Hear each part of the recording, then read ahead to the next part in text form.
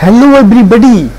Today we are going to learn some fundamental geography like latitude, what is trade winds and few more concepts.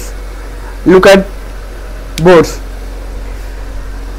ये latitude क्या होता है? Latitude को हिंदी में अक्षांश बोलते हैं. लैटिट्यूड ऐसी रेखाएं हैं. Latitude are those lines who travel from with horizontal with equator. 0 degree is called equator. जो 0 डिग्री पे लाइनें होती हैं उसको हम इक्वेटर बोलते हैं.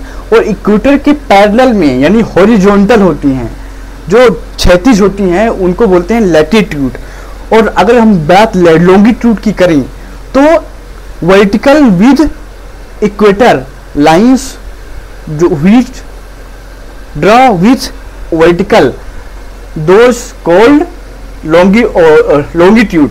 These lines called longitude. तो जो क्षैतिज रेखाएं खींची जाती हैं उनको हम लैटिट्यूड बोलते हैं, और जो लंबवत यानी वर्टिकल लाइन खींची जाती हैं उनको बोलते हैं लॉन्गिट्यूड.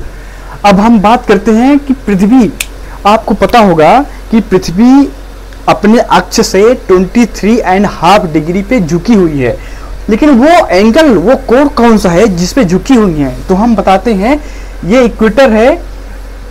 इक्वेटर से 23.5 ये वाला एंगल जो है, ये ये है 23.5. ये तो ये इतना जो है, इतना एंगल है, ये है 23.5 डिग्री जिस पे अर्थ अपने एक्सिस पे टिल्ट है, झुकी हुई है. और मैं आज कई कॉन्सेप्ट आपको बताने वाला हूँ, मेन छोटे. जैसे आप जानते हैं अर्थ जो है अपने एक्सिस पे रोटेट भी कर रही है, रिवॉल्व भी कर रही है. रोटेट क्या होता है? रिवॉल्व क्या होता है? रोटेट का मतलब ये होता है कि अर्थ जो है अपने अक्ष पे ईस्ट टू वेस्ट, गलत बोला, वेस्ट टू ईस्ट, ठीक है, वेस्ट टू ईस्ट घूम रही है. अर्थ अपने एक्सिस पे वेस्ट टू ईस्ट घूम रही है, ठीक. और इसकी वजह से इक्वेटर के पास में जो वाटर होता है वो सर्कुलेट करता है ईस्ट टू वेस्ट.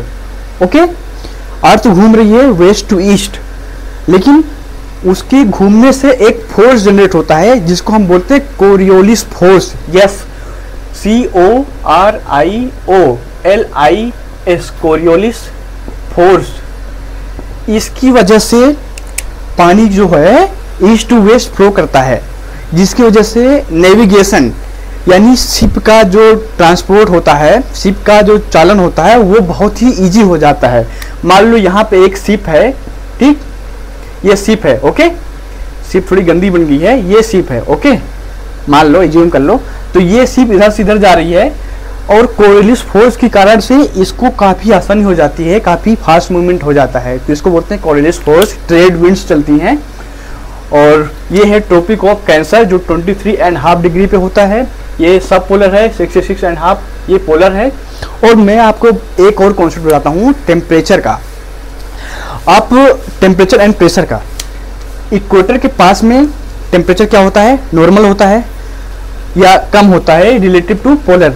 तो पोलर पे ज़्यादा टेम्परेचर नहीं होता है, बहुत ठंडा, यानी मिनिमम 0 डिग्री भी चला जाता है, मिनिमम -0 भी चला जाता है.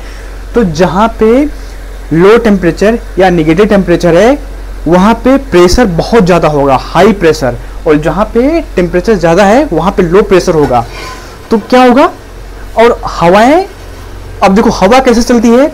हवा चलती है टेम्परेचर डिफरेंस की वजह से. तो अगर हम बात करें कि अगर यहाँ से यहाँ हवाएं चलेंगी या यहाँ से यहाँ हवाएं चलेंगी, ठीक है, तो आपने देखा होगा यहाँ पे रसिया है, ठीक है. तो रूस से इधर हवाएं चलती हैं, पोलर से रूस चलती हैं, रूस से इधर आती हैं इक्वेटर की तरफ. तो हमारा जो कंट्री है यहाँ पे रिलाई करता है, ठीक है. तो देखो इधर से हवाएं चली, लेकिन यहाँ पे हिमालय पड़ जाता है, तो हिमालय की वजह से जो साइबेरिया से, जो रूस से हवाएं चलती हैं वो रुक जाती हैं. तो हम विंड को भी समझे, विंड कैसे ब्लो करती है, टेम्परेचर डिफरेंस की वजह से विंड क्रिएट होती है. इसमें कई चीज़ आती हैं, लैंड ब्रीज, सी ब्रीज. अब लैंड ब्रीज, सी ब्रीज का कॉन्सेप्ट भी हम यही बता देते हैं. लैंड ब्रीज मतलब मान लो ओशन है और लैंड है, तो जब लैंड और ओशियन मिलते हैं एक साथ तो लैंड, मान लो दिन है, दिन में जमीन लैंड का तापमान ज़्यादा होता है और उसका ओशन का कम होता है, तो जहाँ पे तापमान ज़्यादा है उसका प्रेशर कम होगा, और तापमान जहाँ पे कम है यानी ओशन का, वहाँ पे तापमान प्रेशर ज़्यादा होगा। तो प्रेशर ज़्यादा है तो प्रेशर ज़्यादा से कम की तरफ फ्लो करेगा। अब सी से लैंड की तरफ हवाएं चलेंगी जिसको बोलेंगे सी ब्रीज। अब इसी का उल्टा हो जाता है लैंड ब्रीज, जब लैंड से हवाएं सी की तरफ चलती हैं, इसको बोलते हैं लैंड ब्रीज। तो इस वीडियो में हमने land breeze, sea breeze, trade winds, navigation, latitude, longitude, polar, सब पोलर, इक्वेटर, इतनी चीज़ें हमने समझी, और ऐसे ही कई वीडियो आएंगे। तो कीप वॉचिंग, थैंक यू।